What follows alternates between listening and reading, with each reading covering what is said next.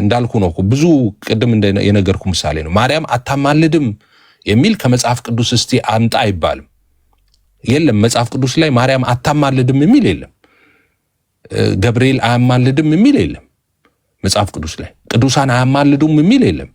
ኤፍሬምም አስቼም ፌዝም አያማልዱም የሚል የለም መጽሐፍ ቅዱስ ላይ። የሌለውን አይደለም የምንፈልገው መጽሐፍ ቅዱስ ላይ። የምንፈልገው መጽሐፍ ቅዱስ ላይ ያለውን ነው፣ ሪትን ዶክመንት ስለሆነ መጽሐፍ ቅዱስ ላይ እኛ ካዲያ ማርያም አታማልድም የሚል ከሌለ እንዴት ካዲያ ለምን አታምኑም ካልከን፣ እንዴ ብታማልድማ ማርያም ታማልዳለች ይል ነበረ፣ ልክ ኢየሱስ ያማልዳል እንዳለው ነው ምንል። እና እኛ የምናምነው የተጻፈውን ነው እንጂ ያልተጻፈውን አይደለም። እና ያልተጻፈውን ፈልግ አትበለኝ። ካሁን በኋላም ስናወራ ያልተጻፈ ነገር ፈልግ እንዳትለኝ። ጥምቀት ለድህነት አይደለም ያለ አምጣ፣ እንትን ለእንትን አይደለም ያለ አምጣ። አይደለም አላሉም እነሱ፣ ነውም አላሉ። ስለዚህ ነው የተባለበትን ሄደን እንፈልጋለን። ካዲያ አይደለምም ነውም ካላሉ ሰው ሚድነው እንዴት ነው የሚለውን ሄደን እንፈልጋለን። ኃጢአቱ የሚሰረየው እንዴት ነው የሚለውን ሄደን እንፈልጋለን። ካገኘን ዳሴት፣ ካላገኘን ደግሞ በቃ አብረን እንደዛ ነው የሚሆነው። እንደዛ አርጉመንት እንደዛ ነው የሚሰራው እንጂ የሌለ ነገር ፈልግ አይባልም። ለሌለ ነገር ማስረጃ አይባልም። እሺ ኤፍዬ፣ ስለዚህ እናንተ አይደለም ስትሉ ያለ ማስረጃ ነው ማለት ነው። አይ ሚን ጥምቀት ለኃጢአት ስርየት አይደለም። አሁን ስትቃወሙ ፈርስት እና ሰከንድ ሴንቸሪ ላይ አንተ አሁን በአንተ ስታንዳርድ ነው የሄድኩ። ምክንያቱም አሁን ቅድም ዜድም ሲለኝ ፈርስት ሰከንድ ሴንቸሪ ያምጣ ስላለኝ ነው። እኔ አሁን ለምሳሌ በኔ ችግር የለው፣ በኔ ሄድ ጥሩ ነው። አንተ ነው የሚሄደው ሴም አፕሮች ነው። ፈርስት እና ሰከንድ ሴንቸሪ ላይ ደስ ይለኛል። ፈርስት እና ሰከንድ ሴንቸሪ ላይ የሌለ ትምህርት እንዴት ፎርት ሴንቸሪ ሴንት ባሲል ቅዱስ ባሲሊዮስ ዘቂሳርያ መጥቶ እንዴት እንትን ይላል ነው። actually the church is practicing it. The church believes in icon veneration and the church lives it and the church practicing this until ዳግም ምጽአት ድረስ ማለት ነው። ይሄ ኦሪየንታልም ኢስተርንም ካቶሊክም አንድ ሀሳብ ስላለን እዚህ ላይ the question is አሁን እኔ ለምሳሌ ፈርስት እና ሰከንድ ሴንቸሪ ላይ ፈርስት ሴንቸሪ ላይ ሰከንድ ሴንቸሪ ላይ ጥምቀት ለኃጢአት ስርየት ነው፣ ጥምቀት ለዳግም ልደት ነው የሚል አሳያለሁ። አያስፈልግም። ባይ ዘ ዌይ ቸርች ፋደርስ መጽሐፍ ቅዱስ ማለት አፖስትልስ እነሱ እኮ ለምን ከዛም ከፍ ልበል ጌታችን ነው ጥምቀትን አስተምሮ እሱ አርያ ምሳሌ ሆኖ ተጠምቆ ጥምቀትን ባርኮ የሰጠን ስጋው ደሙንም ማለት አማናዊ እንደሆነ የዘላለም ሕይወት እንደሚያሰጥ ለኃጢአት ስርየት እንደሆነ አስተምሮ ዮሐንስ 6 ላይ በተግባር ደግሞ በህብስቱና በወይኑ አክብሮ አመስግኖ ሰጥ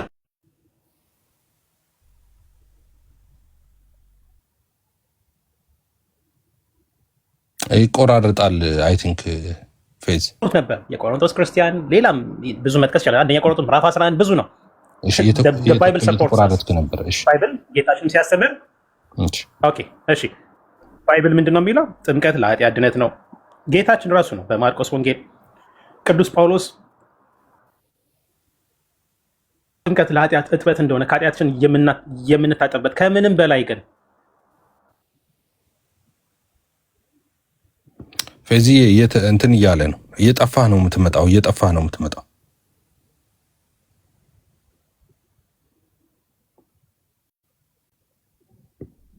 እኔ ጋር ብቻ አይደለም አይደል? እናንተ ጋርም እየጠፋ ነው። እንደዛ ነው፣ እየጠፋ ነው። ኦኬ እሺ። ግን እሺ ሲመጣ ኤፍዬ አሁን እንትን ያለው ጳውሎስ አለ ኢየሱስ አለ ምናምን የምትለው ፌዝ ምናልባት እየሰማ ከሆነ ጳውሎስም ኢየሱስም አንድ ቦታ ጥምቀት ለድህነት ብለው ከሆነ ካዲያ ምን እንፈልጋለን እኛ? በቃ ዛሬውኑ ጥምቀት ለድህነት ብለን ማመን ነው እንጂ ያለብን። ኢየሱስ ከተናግሮ እኮ እኛ ጋር ዶግማ ነው የኢየሱስ ትምህርት። ስለዚህ አሁን የምትላቸው ሁሉ ጳውሎስ ብለዋል ኢየሱስ ብለዋል ምናምን እንደዛ ለድህነት ነው ብለዋል ምናምን የምትለው ትክክል አይደለም። አንድም ቦታ እንደዛ ሚል የለም መጽሐፍ ቅዱስ ላይ፣ አንድም ቦታ የለም እንደዛ። መጽሐፍ ቅዱስ ባለማ ክርክርም ባልኖረው ነበር። እሺ ኤፒኤ እንደው በቃ አሁን ከመጣም መዝጊያ እንዲሆን እንትንን አይቀበልም እሱ ለእንግዲህ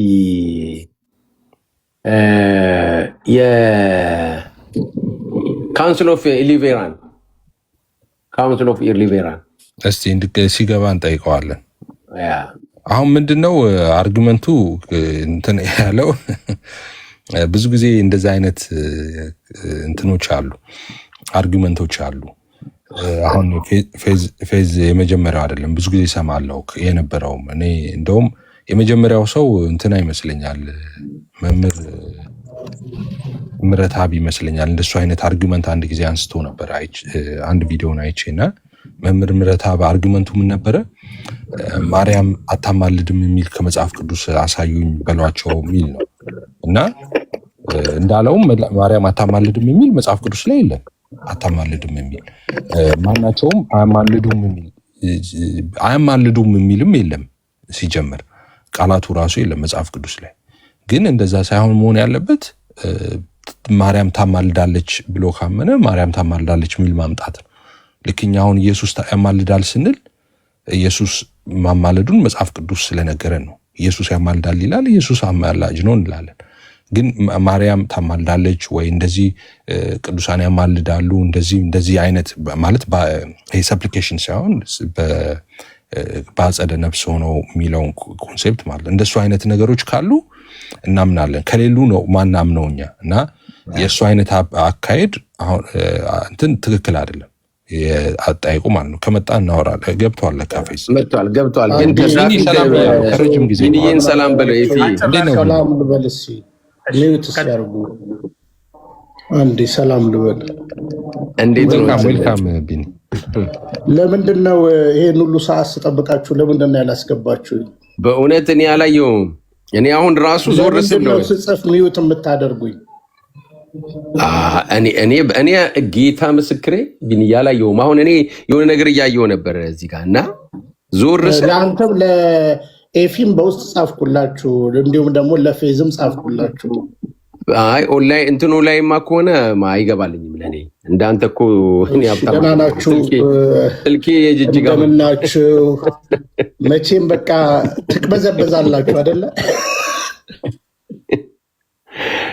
እስቲ ዛሬ እንኳን ሲላያችን ላይ ጥሩ ቃል እስቲ ትቅበዘበዛላችሁ አይደለ? እኔ ግን እውነት ምን አደረግን አሁን ትቅበዘበዛለህ? እሺ አይ ቆይ ወንድማችን በነገራችን ላይ ፌዝ ከልብ እኔ አላውቀውም። ፌዝን ምን እምነት እንደሆነም አላወኩም።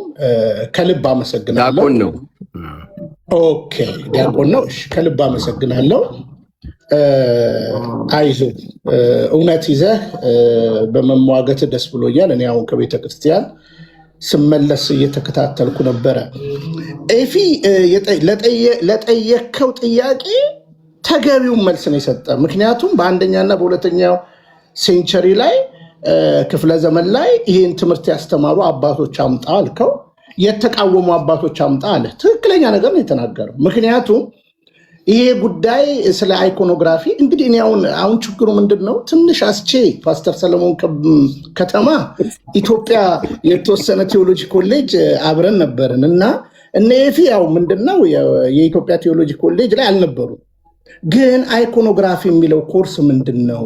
እኔ በንጹህ ሕሊና ነው የምናገረው ማለት ነው። በንጹህ ሕሊና ነው፣ ከትልቅ ሪስፔክት ጋር ኤፍሬም እንዴት እንደማከብር ታውቃለህ። ግን ይሄ ትምህርት እንዴት ነው የሚታየው? ለምሳሌ አሁን የጠየቀ ጥያቄ ትክክል ነው፣ መልስ የለህም፣ በቃ አለቀ። ምክንያቱም መልስ ያልመለስኩለት ምን አልከው መሰለህ? በአንደኛና በሁለተኛው ቆይ እኔ አጭር ነው የምናገረው። በአንደኛና በሁለተኛው ፌዝ አንዴ ክፈት፣ እንደዚህ አይደለ ያለ። በአንደኛና በሁለተኛው ክፍለ ዘመን ይሄን ትምህርት አይደለ ይሄን ትምህርት አንደኛና በሁለተኛው ክፍለ ዘመን መነሻው እሱ አይደለም። መነሻው እንደውም መነሻው ልንገርህ። ስለ አይከን ቬነሬሽን ስናወራ አንድ አባት እስቲ ቢፎር እየሰማሁ ልክ ነህ። ኤፍሬም ጋር የመጣው ኤፍሬም ሁሉንም ሰምቻለሁ። ሁሉንም አስረድተሃል።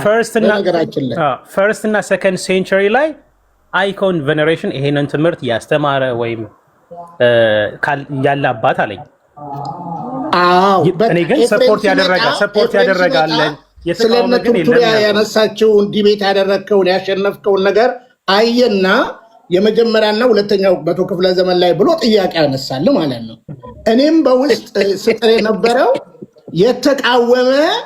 የተቃወመ አሳየኝ የሚለውን አለ። የተቃወመም እኮ ቢንዬ የተቃወሙትን ሜንሽን አድርጌ ነበረ። እሱ ከገባ በኋላ አንደኛና ኖ ቆይ አላነሳህም። ቆይ እኔ አሁን አጭር ጥያቄ ኤጲፋንየስን አንስቻለሁ፣ ላካኒስን አንስቻለሁ፣ ኢሱቤስን አንስቻለሁ። ኢሱቤስ ቄሳርን ማለት ነው። ቆይ እኔ አሁን ለምሳሌ ይሄ ጥያቄ ዘጸአት ምዕራፍ 20ን ይዛችሁን አይደለም የምትነሱት አይደለ? አሁን እስከ እንትን ነበር አጭር ነገር። እኔ አሁን እንደው አባቶች ምናምን ተውና ሀሳቡ ጴንጤዎች የምታነሱት ጥያቄ እቺ ስለሆነ ዘጸአት ምዕራፍ 20 ነው አይደለ የተነሳው ሀሳብ ዋናው አይደለም። አንስተው ነበር። እሱን አላውቅም እኔ። ቆይ ተነስቷል። ምክንያቱም ስለ አይዶል ተነስቷል እኮ በነገራችን ላይ አንስቷል። ረጋ ብለህ ስማኝ። እኔ አሁን ዘጸአት ምዕራፍ 20ን እስኪ አስታርቅልኝ። ምንና ምንን አስታርቅልኛል መሰለ? ቁጥር 4ና ቁጥር 22ን አስታርቅልኝ። እዚህ ጋር አትስራ አታመልክ ብሏል። እዚህ ጋር ደግሞ ስራ ብሏል። አስታርቁልኝ ፕሮቴስታንቶች፣ አስታርቁልኝ። ቁጭ እየሰማለው ይኸው ምዕራፍ ኦሪት ዘጸአት ምዕራፍ 20 ቁጥር 4 ተቀምጧል። ከዛ በኋላ ቁጥር 22 ላይ ደግሞ ሙሉን ታነብልኝና ከዛ በኋላ እስከ 25 ታነብልኛለ። ስራ ብሏል። እዚህ ጋር ደግሞ አትስራ ብሏል። ለማን የሚለውን እናያለን ማለት ነው። እኔ ይኸውልህ አይኮኖግራፊን ፕሮቴስታንት ቀና ብሎ የማየት መብት የለውም ብዬ ነው የማምነው ማለት ነው። እናንተ ናችሁ እንጂ ፍሩፍሩ የምትሉት ስኮላሮቻችሁም እንደው የፕሮቴስታንትነት ተስፋዬ ሮበሌ ማያነሱም እና እናንተ ዝም ብላችሁ የወረቀት ቤታችሁ የመጣ ነው እና ቆይ ዳኒ አሁን አስታርቁልኝ። ይኸው እኔ እሰማለሁ። አሁን ይኸው ከፍ አድርገውና ዘጸአት ምዕራፍ 20 ቁጥር 4ንና ምዕራፍ 4 ቁጥር 22ን ኤፍሬምም ዳንኤልም ማስረዱልኝ። ይሄው እዚህ ጋር ስራ ይለዋል መልሶ፣ እዚህ ጋር አትስራ ብሎታል። እዚህ ጋር ስራ ያለው ለማን ነው? እዚህ ጋር አትስራ ያለው ማለት ነው። ያኔ መልሱን ታገኙታላችሁ። የቅዱሳንን ስዕላት በተመለከተ ለቅዱሱ የሚቀርበውን ነገር በተመለከተ እግዚአብሔር ተቃውሞ አያውቅም። ምንም እኮ አሮን ማንሳት ትችላላችሁ። አሮን ለምሳሌ ወደ እንግዲህ አሁን እስራኤል ብትሄዱ ጥሩ ነበር፣ ግብፅን ብትሄዱ ማለት ነው። ሲወረድ ጥጃ ለብጦ ጣዖት እያመለኩ አገኛቸው። እኛ ለምሳሌ ቅዱሳን ስዕላትን እናመልካለን አናመልክንም ካልናችሁ ለቅዱሳን ስዕላት ምንድናቸው የሚለውን ማንሳትና መማማር ነው። አሁን አስታርቅልኝ። ይሄው ከፍ አድርጎ የፊን እችን ካልመለሳችሁልኝ በቃ ሞቼ ይገኛለሁ ዛሬ። እሺ አሁን ይሄኛው እሺ እስካሁን ይሄኛው አስታርቅልኝ። በቃ ይሄው ሐሳብ ሰጥቻለሁ። ይሄው በቃ እችን አብራራ። እሺ እስካሁን አርጊመንት ላይ አልተነሳም ነበር። ይሄኛው አሁን ነው የሚጀምረው። እስካሁን እኔ ከዚህ ነው የሚጀምረው። ከዛ ወደ አባቶች ትመጣለህ። እሺ ችግር የለውም። ከዚሁ ጋር ማውራት እንችላለን። ከዜሮ ጀመረ እኮ ካልተነሳንበት ይሁን። እሺ ይመለስ። ችግር የለውም። ይቅርታ ኤፋ ወንድሜ ኤፋ በጣም ይቅርታ። 20 ላይ ምንድን ነው የሚለው ዛሬ ኤፋ ይሄ ሰዓቱ ልክ ስላይደለ ነገ ወንድማችን ቢኒያም እንዳታቆም ካቦች ናቸው ቢኒዬ አልፈቅድልም።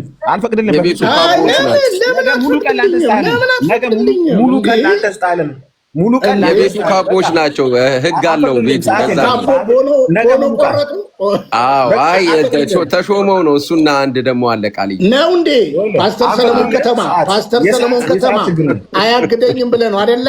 እንደ ድሮ አያግደኝም፣ ዲሲፕሊን አያገኝም ብለህ ነው ያቀርብላል። ዲቤት እኔ እናንተ እንገባለን ከፈለክ እነዚህም እኮ መጥነውኝ እኮ አይደለም። ይኸው ሰለሞንን ጠይቀው ከፈለክ ሰለሞንንም ጠይቀው፣ ፓስተር ሰለሞንን ጠይቀው። እነዚህም እኮ መጥነውኝ እኮ አይደለም። እኔ ያው ጨዋ ስለሆነ ተዋ አንተ እኮ ተው እንጂ ውሸት ነው እንዴ? ምንም ችግር የለውም። አንድም ስነ መለኮት ትምህርት ቤት ሳታልፉ ደግሞ እምቡር ትላላችሁ እንዴ? ምንም ይሁን ብቻ አንተ ስነ መለኮት ቀጥል። እንማር ሰንበት ነው ነገናና ባፍቲሙ ተክሏል። ሰንበት ነው። ቆይ ሰንበት ነው እንማር። ኤፍዬ ቀጥል። ተወኛው ዝም ብሎ ነው አይ ልክ ነው ለመሰለ ቢንዬ የቤቱ ህግ ነው። እሺ በጣም አመሰግናለሁ። ይሄ ነው ነገና መጽሐፍ ቅዱስ ስታነቡ ኦርቶዶክስ ናችሁ ምላችሁ ቶሎ እንትን ልበል። 5 ደቂቃ ስጣቸው። በቃ 5 ደቂቃ አይፈጅብኝም፣ ችግር የለውም። 5 ደቂቃ አይፈጅም። ቢንዬ ሌሎችንም ጠይቅ። ለዛ ነው እኔን አያስኬዱኝም። ለዛ ስለሆነ እሺ 5 ደቂቃም አይፈጅም፣ ችግር የለውም። 5 ደቂቃ አይፈጅም። ዘጸአት እንግዲህ 20 ላይ ነው ያለው። እግዚአብሔር ይህን ቃል ሁሉ እንዲህ ብሎ ተናገረ ይላል። ከግብፅ ምድር ከባርነት ቤት ያወጣሁ እግዚአብሔር አምላክህ እኔ ነኝ፣ ከኔ በቀር ሌሎች አማልክት አይሆኑልህ። በላይ በሰማይ ካለው በታችም በምድር ካለው ከምድር በታች በውሃ ካለው ነገር የማናቸውንም ምሳሌ የተቀረጸውንም ምስል ለአንተ አታድርግ፣ አትስገድላቸው፣ አታምልካቸውም። በሚጠሉኝ እስከ 3ኛና እስከ 4ኛ ትውልድ ድረስ በአባቶቻቸው ኃጢአቶችን እያለ ይቀጥላል። የምንፈልገው እንትን አልፏል መሰለኝ። ስለዚህ የምንፈልገው ነገር ያለው ምንድን ነው? 4 ላይ ነው ያለው። በላይ በሰማይ ካለው በታች በምድር ካለው ከምድር በታች በውሃ ካለው ነገር የማናቸውንም ምሳሌ የተቀረጸውንም ምስል ለአንተ አታድርግ ይላል። ሁለተኛው የትኛው ነው ማስታርቀው? ይሄኛው ከስንተኛው ጋር ነው ቢኒ? 22 ቁጥር 22 ላይ እዚሁ ላይ አይደል? አዎ። እሺ ቁጥር 22 ላይ እንደዚህ ይላል፣ እግዚአብሔርም ሙሴን አለው ለእስራኤል ልጆች እንዲህ በል፣ እኔ ከሰማይ ተናገርኳችሁ፣ እናንተ አይታችኋል። በአጠገቤ ምንም አታድርጉ፣ የብር አማልክት የወርቅም አማልክት ለእናንተ አታድርጉ። የጭቃ መሠዊያ ስራልኝ፣ የሚቃጠለውንና የደህንነት መስዋዕትን በጎችንም በሬዎችንም ሰዋበት። ስሜን በማሳስብበት ስፍራ ሁሉ ወደ አንተ መጥቼ እባርክሃለሁ። የድንጋይ መሠዊያ ብታደርግልኝ ብረት በነካው ድንጋይ አትስራው፣ በመሳሪያ ብትነካው ታረክሰዋለህና አፍረተ ሥጋ በእርሱ እንዳይገለጥ ወደ መሠዊያዬ በደረጃ አትውጣ ይላል። እሺ ይኸው እዚህ ጋር 2 አይነት ነገር ከእንጨትና ከድንጋይ ቅረጽልኝ ያለው እዛ ጋር አትቅረጽልኝ ብሎታል። ከዛ በተረፈ ግን ለእኔና እዚህ ጋር የሚቀረጽ ነገር የለም። መሠዊያ ነው እኮ ይሄ ድንጋይ አድርገው የጭቃ መሠዊያ ስራልኝ ያለው እኮ መሠዊያ የሚቃጠል መስዋዕት። በብሉይ ኪዳን ጊዜ የነበረው መስዋዕት ታውቀዋለህ አይደል? ሲመጣ መሠዊያ ምንድን ነው? መሠዊያ ምንድን ነው? መሠዊያ አሁን እዚህ ጋር የሚያወራው መሠዊያ ስለምን አይነት መሠዊያ መሰለ? በብሉይ ኪዳን ማለት ነው ምን ማለት ነው? ይሄው ስራልኝ እኮ አለ። የጭቃ መሠዊያ ስራልኝ እኮ መሠዊያውን እኮ ልነግርህ ነው። ከፈለክም በምስል አሳይሃለሁ። አየህ ይኸውልህ ላውራ ወይስ? እሺ ጨርስ፣ እናንተ ነው ያወራለሁ። ጨርስ። አይ ቀጥል። ምንድነው መሠዊያው እዚህ ጋር ያለው? ከታች 22 ላይ እግዚአብሔር ሙሴን አለው ለእስራኤል ልጆች እንዲህ በል፣ እኔ ከሰማይ እንደተናገርኳችሁ እናንተ አይታችኋል። በአጠገቤ ምንም አታድርጉ፣ የብር አማልክት ወይም የወርቅ አማልክት ለእናንተ አታድርጉ አለ። ጣዖታትን ነው ማለቱ ነው። ከዛስ የጭቃ መሠዊያን ስራልኝ፣ የሚቃጠለውንና የደህንነት መስዋዕትን በጎቹን በሬዎቹንም ሰዋበት። ስሜም በማሳስብበት ስፍራ ሁሉ ወደ አንተ መጥቼ ባርካለሁ። የድንጋይም መሠዊያ ብታደርግልኝ ብረት በነካው ድንጋይ አትስራው፣ በመሳሪያ እያለ መስዋዕት ስለሚቀርብበት ስለ በሬ ስለ በግ እያወራ ነው። ከላይ እንስሳቶች የእንስሳ መስዋዕት ነው እየተናገረ ያለው። መሠዊያ ስራልኝ አይልም? ያ እኮ እዚህ ጋር የሚያወራው ከጭቃና ከብረት ከድንጋይ ስራልኝ አይልም ብሏል። ትክክል። እሺ ቁጥር 4 ላይ ደግሞ በላይ በሰማይ ካለው በታችም በምድር ካለው ከምድርም በታች በውሃ ካለው የማናቸውን ምስል የተቀረጸውንም ምስል ለአንተ አታደርግ ይለዋል አይደለ? እዚህ ጋር እኮ የጭቃ እኮ ምስል አይደለም። መሠዊያና ምስል እኮ ይለያያሉ ሁለቱ። ቆይ እንደ የተቀረጸውን እኮ ይላል እኮ የተቀረጸውን ይላል እኮ አይደለ? የተቀረጸውንም ነው ለዛውም የሚለው አይደለ? ከዛ በኋላ ምስል ይላል አይደለ? እኮ ይሄኛው ጭቃ አሁን እዛ ጋር ዘጸአት ምዕራፍ 4 ላይ የሚናገረው አሁን አሁን ትልቁ ነገር እናንተ ግራ የሚገባችሁ ሕዝቅኤልም ላይ እኮ መሄድ እንችላለን አይደለ? ለእግዚአብሔር ለምሳሌ ከራሱ ታቦቱን ስራልኝ ከ25 ጀምሮ ማየት እንችላለን። ስለዚህ ለእግዚአብሔር የሆነው ቅዱስ ነው። እኛ የቅዱሳንን ስዕላት እንዲህ ነው የምንመለከተው። እዚህ ጋር ግን መሠዊያ ስራ ሲል እዚህ ጋርም እኮ እንዳታደርግ ብሎታል። ስለዚህ አሁን እኛ ቅዱሳን ስዕላትን እናመልካለን? አዎ ታመልካላችሁ ትሉናላችሁ። ከስራ አናመልክም። ቅዱሳን ስዕላት ምን ማለት ነው? የቅዱሳን በቃ እኮ ስማቸው ለምሳሌ እማምላክ ማርያም ተብሎ እንደተጻፈ እሷን ደግሞ በስዕል እናውቃታለን። ኤፍሬምን ልክ አሁን በፎቶ እንደምናየው ማለት ነው። ይሄ ምንም አይነት ኮንትራዲክት የሚያደርግ ነገር አይደለም። ስለዚህ ማስታረቅ አትችሉ። ስለዚህ ማስታረቅ የተጣላም ነገር የለም። ሁለቱ ምን የሚገናኙ ነገሮች አይደሉም። ሁለቱ እንስሳቱ የሚሰዉበትን መሰዊያ ነው ስራልኝ ያለው ላይ ያለው አትስገድላቸው አታምልካቸው እያለ የሚያወራው ስለዛ እሱ የተለየ ነገር ነው። ታች የሚያወራው ስለ መሰዊያ ነው። የተለየ ምን ኦኬ ላይ እኮ ያለው ቢኒዬ እንዳታመልክ እያለው አይደል እንዴ? አራት ላይ ያለው እንዳታመልክ እያለው አይደል እንዴ? አዎ አራት ላይ የሚለው ምን መሰለ? በሰማይ ካለው በምድር ካለው ከምድር በታች በውሃ ካለው ነገር የማናቸውን ምሳሌ የተቀረጸውን ምስል ላንተ አታድርግ፣ አትስገድላቸው፣ አታምልካቸው ይላል። አሁን ስለ ምስል ነው እያወራ ያለው ማለት ስለሚቀረጽ ምስል እንደዛ ነው የሚያወራው። እታች ግን እያወራ ያለው ሁለት ላይ ስለ መሰዊያ ነው እኮ ስለ መሰዊያ ቆይ ስራ እኮ አለው አይደል እንዴ? አሁን ወደ ሌላ ቦታ እንሂድ። ታቦቱ ላይ ስላለው ኪሩብ እንሂድ እኮ መሰዊያ ስለሚለው ስለ ሕዝቅኤል መጽሐፍ እንሂድ። መሰዊያ ማስራልኝ እኮ አለው። ካዲያ ድንጋይ ይኸው ሳል ስለሚለውን የሕዝቅኤል እናውጣው። ሳል ብሎታል። ይኸው ስዕል ነው አይደል? ስገዱ የሚል ያሳየለ። ቆይ አንድ የገባኝ ነገር አለው። ቁጥር 4 ላይ አትስገድ ያለው ታች ወርዶ ስገድ አለው እንዴ? ቀርጸ ስገድልኝ አለው እንዴ? እሱን ስገድም አለው አላለውም አይደለም። ታችም ቀረጽም አላለው። ታች እኮ በግና በሬ እኮ የሚቃጠልበትን መሰዊያ እኮ ስራልኝ ያለው አራት ላይ አሁን አትስራ ብሏል ብላችሁ ኮንክሉዥን መስጠት አትችሉም። ጣዖትን እኛ አናመልክም። ጣዖትን የሚያመልክ ራሱን ይፈትሽ። ራሳችሁን ፈትሹ። ጣዖት ታመልካላችሁ አታመልኩም? ራሳችሁን ፈትሹ። እኛ ጣዖት አናመልክም። የምናመልከው እግዚአብሔርን ነው። የቅዱሳን ስዕላት ግን የታመነ ትምህርት ነው፣ በአጭር አማርኛ ማለት ነው። ስለዚህ አሁን እዚህ ጋር መሰዊያ ስራልኝ ብሏል አይደለ? እዛ ጋር ለምን ሰራችሁ ብላችሁ አልነበር ቅድም ስትናገሩ የነበረው? ለምን ሳላችሁ ለምን ሰራችሁ እያላችሁ አልነበር ስትናገሩ የነበረው? አይደለም፣ ሁለቱም ይገናኝ አይደለም። እዚህ ጋር አንድ ነው። ይኸውልህ ይሄ እኮ በሬና በግ እኮ የሚቃጠልበት እኮ የጭቃ መሰዊያ ለዲያብሎስ የሆነ ከግብፅ ያወጣችሁ የሚለው በግብፅ የነበረውን ነገር እኮ እዚህ ጋር ከታች ላይ የሚያወራው ስራልኝ ያለው እኮ ይሄ በምስል ላሳየ ቢንዬ ይሄ የድንጋይና የጭቃ መሰዊያ የሚባለው እኮ እንስሳቱ እኮ የሚሰዉበት እኮ ነው። እንስሳቱ የሚቃጠል መስዋዕት የሚቀርብበት እኮ ነው። እሱን ነው ስራልኝ ያለው እንጂ የማንንም ምስል እኮ አይደለም። እዛ ጋር አትስራ ብሏል። ለምን ትላላችሁ ነው ያልኩት። እኔን መሸወድ አትችልም ኤፍዬ። አትስራ ይኸው ስራ ብሏል ነው እያልኩ ያለሁት። ይኸው ስራ እዚሁ ምዕራፍ እንትኑ ሳይወጣ ይኸው ሰራ እኮ ስራ ነው። የጭቃ መሰዊያ እኮ ነው። መሰዊያ ሰራ። መሰዊያ ቅርጽ በቃ የተሰራ በቃ ለዛውም ባይገርም መሰዊያውን አንተ ብታገኘው ለዛውም ልታመልከው ትችላለህ። ባጭሩ አንተ እኛ ለምሳሌ መሰዊያውን ሳይሆን የምናመልከው አምላካችን እግዚአብሔርን ነው። ስለዚህ አሁን ይኸው እዚህ ጋር አትስራ ብላችሁ እንደምትናገሩ እዚህ ጋር ለጣዖት እዚህ ጋር ደግሞ ለእግዚአብሔር የሚሰራው በእግዚአብሔር ትእዛዝ ከግብፅ ምድር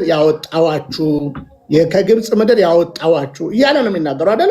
ከግብፅ ምድር ያወጣዋችሁ ብሎ ማስጠንቀቂያ ሰጠ። ለምን? በግብፅ ይመለክ የነበረን ነገር ሊያስቆም ስለወደደ እግዚአብሔር ማለት ነው። ከዛ በተረፈ ግን ይኸው ስራ ብሎታል። ከዛ በኋላ እንግዲህ ምዕራፍ 25 ላይ ጀምራ ደግሞ መጽሐፍ ቅዱስን ረጋ ብለህ ብታጠና ታቦት ስራልኝ ብሎ ቁመቱን ሁሉን ነገር ነግሩ። ስዕል ላልክ ደግሞ ሕዝቅኤል ላይ መሄድ እንችላለን። ሳል ብሎ ሲያስተምር እግዚአብሔር ራሱ ሲናገር ታያለህ። ስለዚህ አሁን እኛ ለቅዱሳን የምናደርገው ክብር ወይም የቅዱሳን ስዕላትን በተመለከተ ይኸው እኮ የያዝከው ራሱ እኮ መጽሐፍ ቅዱስ እኮ ከጣውላ ተፈቅፍቆ እኮ የተሰራ ቅርጽ እኮ ነው። በነገራችን ላይ ቅርጽ እኮ ነው። ስለዚህ መጽሐፍ ቅዱስን አንሰግድለትም። መጽሐፍ ቅዱስን እኮ አንሰግድለትም። ወደ እሱ መጽሐፍ ቅዱስ እሱንማ ይኸውልህ ኤፍዬ ስንቴ ላስተምራችሁ። ስግደት ማለት ነው። ስግደት ለእግዚአብሔር ብቻ የሚል ታመጣልኛለህ? ኧረ ስግደት ለእግዚአብሔር ብቻ የሚል መጽሐፍ ታመጣልኛለህ? ኧረ ማለት ነው ያለው ስግደት ለእግዚአብሔር ብቻ የሚል ብቻ ለእግዚአብሔር ብቻ። ኧረ ማለት ነው ኢየሱስ ራሱ ስግደት ለእግዚአብሔር ብቻ ስግደት ለእግዚአብሔር ብቻ ምን ሲያውቃል? ኢየሱስ ምን አለው መሰለ? ስገድልኝ አለው። እሺ አምጣው እንሂድ።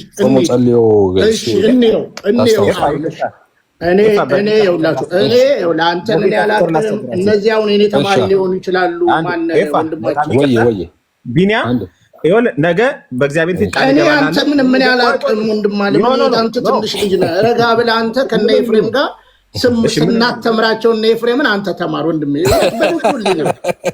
ስናስተምራቸው አንተ ተማር። እሺ ማቴዎስ ወንጌል ምዕራፍ 4 አውጣ። ስግደት ለእግዚአብሔር ብቻ የሚል አውጣልኝ። እቺን ሀሳብ ብቻ ልናገር። አይ አንተን አልሰማም። አስቼ እባክህን ነገ ሙሉ ቃል ቤቱ እኮ ይኸውልህ አሁን ሁሉም ከውስጥም እየጻፉ ነው። በቃ ተማሩ። እኔ ነኝ የማስተምራችሁ። እኔ ነኝ እንደገና ማስተምረው ልክ አይደላችሁ ብዬ የምናገረው ማለት ነው። እኔ ካላስተማር ኦርቶዶክስን ማታውቃትም እኮ አንተ ኦርቶዶክስን ማታውቃትም።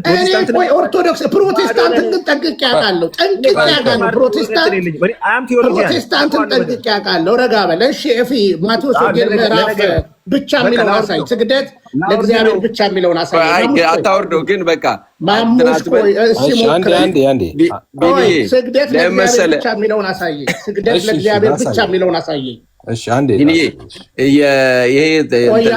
ያሳየኝ ስግደት ለእግዚአብሔር ብቻ የሚለውን አሳየኝ። ረጋ በል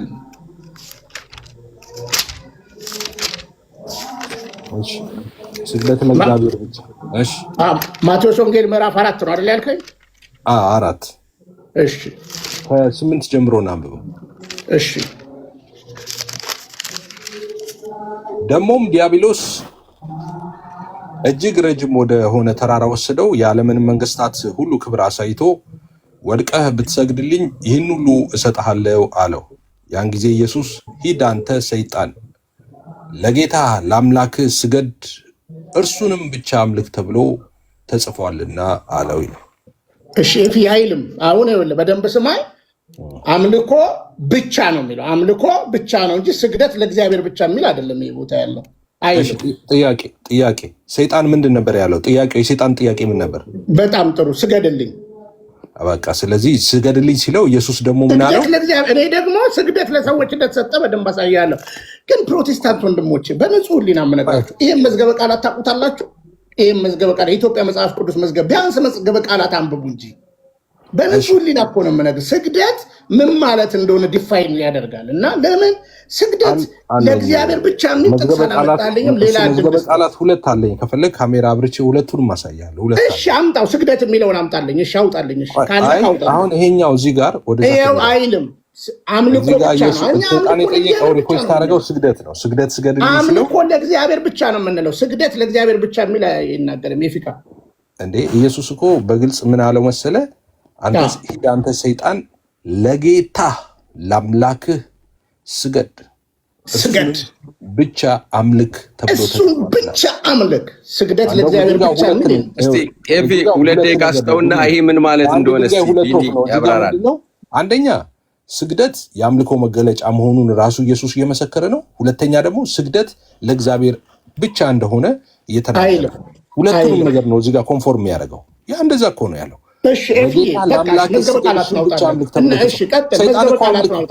ሰይጣን አምልከኝ አላለውም፣ ስገድልኝ ነበር እኮ አይልም። እሺ መዝገበ ቃላቱን አውጣልኝ በንጹህ ሕሊና። እንዲህ ካላስተማርኳችሁ መዝገበ ቃላቱን አውጣልኝ። እሺ አለኝ ብለኛል አይደለ? መዝገበ ቃላቱን አውጣልኝ። ስግደት የሚለውን ልነሳ ነው ማለት ነው። እኔ አልጋ ላይ ነው ያለሁት። ተነሳ። እኔ ይኸውላችሁ ቢያንስ ትንሽም ቢሆን ዘማሪ ስለነበረ አንተ ያው ፎረፈ ብትወጣም አብረኝ ተምራል። ፓስተር ሰለሞን ከተማ የጅጅጋ ጉባኤ እግዚአብሔር ቤተክርስቲያን ፓስተር ነበረ። አለቃው ነበርኩኝ። ጠይቁት ከፈለጋችሁ። ባይክደኝም ከጅጅጋ እስከ አሜሪካ ታሪኩንም ጠንቅቄ አውቃለሁ። ዋ አጠገቤ ጋር አላገኘውም። ምን ሲሆን እዚህ ጋር እንዳመጣሁት እኔ እንጃ። እሺ አውጣና አሳየኝ። ይኸው አውጣና አሳየኝ። ይኸው እሺ አንዴ ማብራቴን ላብራ። በሊት ነው እንደገና ነክቶ አይደለም። ይሄው የመጽሐፍ ቅዱስ መዝገበ ቃላት ነው። እሺ ገጽ ስንት ላይ ነው ያለው ቢኒ አንተ? ገጽ 80 አካባቢ ነው። እሺ ስግደት 80 ቤት ውስጥ ነው የሚሆነው እርግጠኛ ነኝ።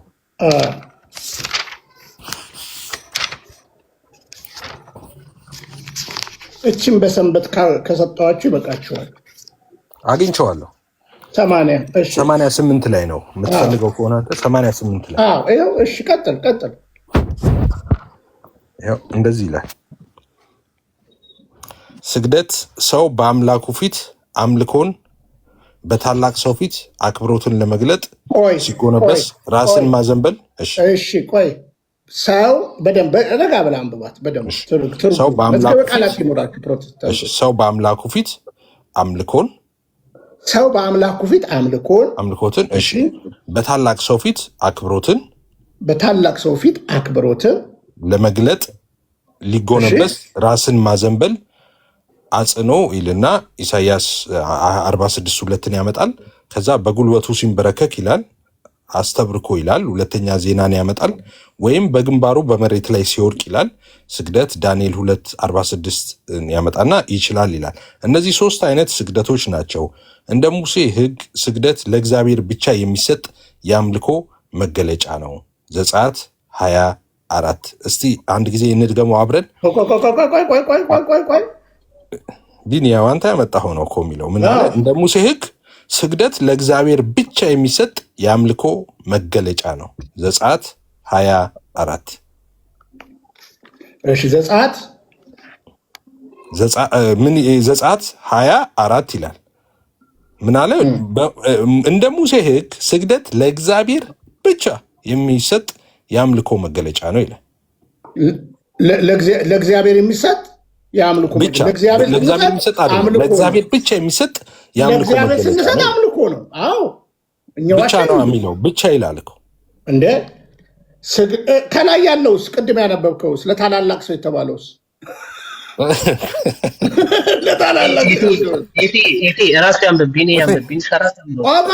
ከላይ ያለውስ ለታላላቅ ሰው አግብተህ ስትወጣ ጉልበት ስም የምትወጣው አብርሃም በኬጡራ ህዝብ መሀል በኬጡራውያን ፊት የሰገደው ይኸው እኮ ሊጨርሰው ነው። ይኸው የሚለውን እኔ እንግዲህ መዝገበ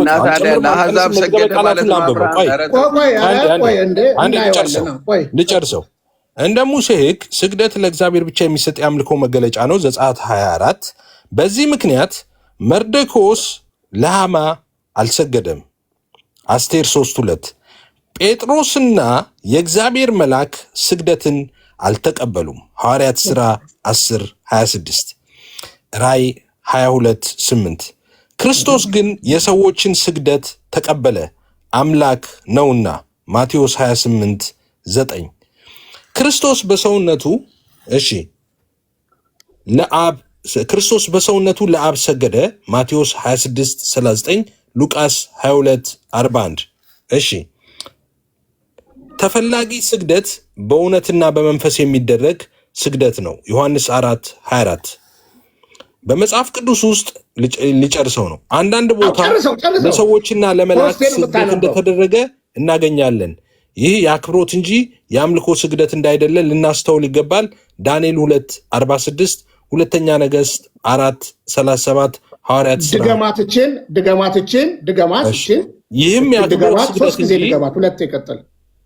እሺ 5 ጊዜ ደግመዋለሁ። ይህ የአክብሮት ስግደት እንጂ የአምልኮ ስግደት እንዳይደለ መጽሐፍ ቅዱስ ውስጥ በአንዳንድ ቦታ በሰዎችና በመላእክት ለመላእክት ስግደት እንደተደረገ እናገኛለን። ይህም የአክብሮት እንጂ የአምልኮ ስግደት እንዳይደለ ልናስተውል ይገባል። ዳንኤል 2:4 ሁለተኛ ነገሥት 4:37 ሐዋርያት ሥራ 16:29 አንዴት ደግሟል።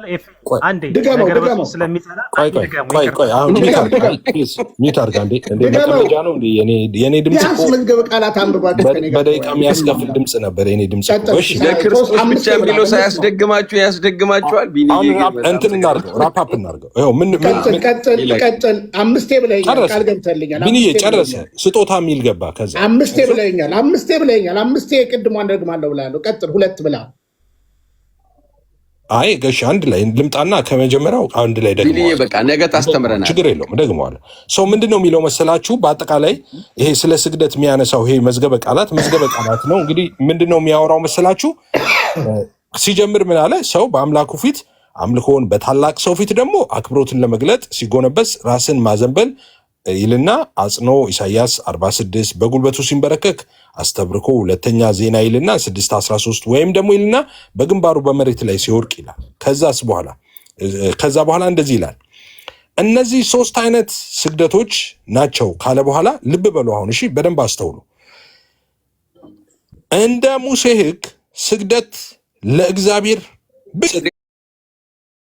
የአምልኮ መገለጫ ነው። አንዴት ደግሞ ለእግዚአብሔር የሚሰጥ መገለጫ ነው ስላችሁ። ከዛ እንደዚህ ይላል እሺ ብቻ ለእግዚአብሔር አምልኮ ነው ካለ በኋላ ምን አለ? በዚህ ምክንያት በየትኛው ምክንያት? ስግደት ለእግዚአብሔር ብቻ በመሆኑ ምክንያት። በዚህ ምክንያት መርዶክዮስ ለሐማ አልሰገደም። ኦኬ አስቴር 3:2 ጴጥሮስና የእግዚአብሔር መልአክ ስግደትን አልተቀበሉም። እሺ ሐዋርያት ሥራ 10:26 ራእይ 22:8 ከዛስ ክርስቶስ ግን የሰዎችን ስግደት ተቀበለ አምላክ ነውና ማቴዎስ 26:9 ክርስቶስ በሰውነቱ ይልና ለአብ ሰገደ ይላል ማቴዎስ 26:39 ሉቃስ 22ን ያመጣል። ተፈላጊ ስግደት በእውነትና በመንፈስ የሚደረግ ስግደት ነው ይላል ዮሐንስ 4ን ያመጣል። ከዛስ ልብ ብላችሁ ስሙ። እዚህ ጋር በመጽሐፍ ቅዱስ ውስጥ በአንዳንድ ቦታዎች ለሰዎች ለመላእክት ስግደት እንደተደረገ እናገኛለን ይላል። እንደተደረገ እናገኛለን። ይህም የአክብሮት እንጂ የአምልኮት ስግደት እንዳይደለ ልናስተውል ይገባልንና ጥቅሶችን አስቀምጠዋል። ሰው ምንም እያለን ነው እዚህ ጋር መጽሐፉን ቢኒ የምትፈልገውን ከኔ በኋላ ትናገራለህ። ስግደት ለሰውም ለመላክም አይደለም ለእግዚአብሔር ብቻ ነው። በዚህ ምክንያት እነ መርዶክዮስ እነ ጴጥሮስ መልአኩም አይሰገድንም ብለው ተቃውመዋል። በመጽሐፍ ቅዱስ ውስጥ ስግደት ለእግዚአብሔር ብቻ ነው። ግን ደግሞ በመጽሐፍ ቅዱስ ውስጥ የሰገዱ ሰዎች ደግሞ አሉ። እነሱም ለአምልኮ ሳይሆን ኦኬ ለአክብሮት ብለው ሰግደዋል። ግን መጽሐፍ ቅዱስ ውስጥ የሰገዱ ሰዎች አሉ እያለ ያለው ግን ስግደት ለእግዚአብሔር ብቻ ነው ለሰውም ለመላእክትም አይሰገድም እያለ ነው። ስለዚህ መጽሐፍ ቅዱስ ውስጥ የሰገደ ሰው አለና ዝሙት የሰራ ሰው አለና ዝሙት ልስራ አይባልም። ዝሙት የሰሩ ማት ሰዎች አሉ። መጽሐፍ ቅዱስ ውስጥ ለሰው የሰገደ አለና ልስገድ አይባልም። ስግደት ለማ ብቻ ነው አለ? ለእግዚአብሔር ብቻ ነው አለ። ስለዚህ መጽሐፍ ቅዱስ ውስጥ ያለውን ነገር ሁሉ አፕላይ አናረግም ማለት ነው። ለመልአኩ እኮ ሊሰግድ እኮ ሲል አረ ተጠንቀቅ አለው። ተጠንቀቅ እንዳታደርገው አለው። ሁለተኛ ጊዜ ማለት ነው። የመጀመሪያውም ሁለተኛም ጊዜ ማለት ነው። ስለዚህ እዚህ ጋር ይሄ መዝገበ ቃላት እየነገረን ያለው ምንድነው? ስግደት ለእግዚአብሔር ብቻ ነው፣ ለማንም አይገባም። በመጽሐፍ ቅዱስ ውስጥ ግን ለአክብሮት ብለው የሰገዱ ሰዎች አሉ። ለአክብሮት ብለው የሰገዱ ሰዎች አሉ። ስግደት ግን ለማን ነው? ለእግዚአብሔር ብቻ ነው፣ ለሰው አይሰገድም አለ። ሌላ ጥያቄ እዚህ ጋር ተያይዤ የምጠይቀው ጥያቄ እነ ቢኒ የማይመልሱት ጥያቄ እኔ ላብራራ ይሄን ብቻ ብዬ ላንተ ደግሞ ታብራራ። ይሄን ብቻ ብዬ ታብራራ። ሌላ ቢኒዬ እንደውም ስታብራራ ብትጠቅስልኝ እነዚህ ሁሉ በመጽሐፍ ቅዱስ ውስጥ የተገለጡት አንድ ማይመለስ ጥያቄ አለ። ስግደትን እኔ ማይመለስም ብዬ ማነሳቸው ጥያቄዎች በእርግጥም ማይመለሱ ናቸው በነገራችን ላይ እና በመጽሐፍ ቅዱስ ውስጥ ስግደት እነዚህ የአክብሮት ብለው የሰገዱት ባይፈቀድም በሙሴ ሕግ እንደዚህኛው አኮርዲንግ ቱ ዲስ እንትን ማብራሪያ ስግደት ለእግዚአብሔር ብቻ የሚሰጥ ቢሆንም ቅሉ የሰገዱት ሰዎች ለአክብሮት ብለው በመጽሐፍ ቅዱስ ውስጥ የሰገዱ ሰዎች አሉ።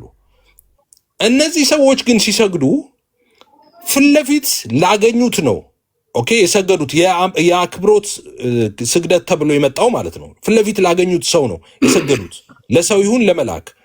እናንተ ዛሬ ፊት ለፊት ላላገኛችሁት ሰው ነው የምትሰግዱት፣ ለማታገኟቸው ሰዎች ነው። በአጸደ ነፍስ ላሉ ሰዎች ወይም ደግሞ ላላያቸው ላልተገለጡላቸው መላእክቶች ናቸው የምትሰግዱት። አንደኛ ስግደት ለእግዚአብሔር ብቻ ነው ይላል፣ ይከለክላል። ከዛ ውጪ ስግደት ከእግዚአብሔር ውጪ ስግደት አይቻልም፣ ክልክል ነው ማለት ነው። አንደኛ። ሁለተኛ እና እዚህ ጋር መዝገበ ቃላቱን አሁን መዝገበ ቃላቱን ቤዝ አድርገን ስናወራ ፊት ለፊት ለተገለጡላቸው ነበር የሰገዱት። እናንተ ላልተገለጡላችሁ ሰዎች ማን ስገዱ ብላችሁ ነው የምትሰግዱት? አንደኛ እሱ ነው። ሁለተኛ ለእግዚአብሔር ነው፣ ለእግዚአብሔር ብቻ ነው ይላል። እናንተ ለምንድን ነው ለእግዚአብሔር ብቻ የሚለውን ሕግ ተላልፋችሁ እንግዲህ የሙሴን ሕግ ሁሉ የምታከብሩ ናችሁ እናንተ ለምንድን ነው ለሰው የምትሰግዱት? ቴንክ ዩ። እሺ ከፍ አድርገኝ። የድሮ አለቃ አይደለው? ከፍ አድርገኝ። እግዚአብሔር ይመስገን። ኤፍዬ ያው ቢኒ ይቅርታ ለአስቼ ነበር። ይቅርታ ቢኒ። መምህር በረከትን ማስገባት ትችላለህ? አስቼ አንድ ቁጥር እየጻፉ እንዴ አንተ የቤቱን ሕግ እያወቅህ አንተ እኔ አሁን እኮ የሚዘጋበት ሰዓት ነው። በጣም ይቅርታ እኔ 5 ደቂቃ ነው ቢኒያም የምሰጥህ። አይ ኧረ ቆይ አንተ ገና ከናስጋ ተማር ነገ 3 ሰዓት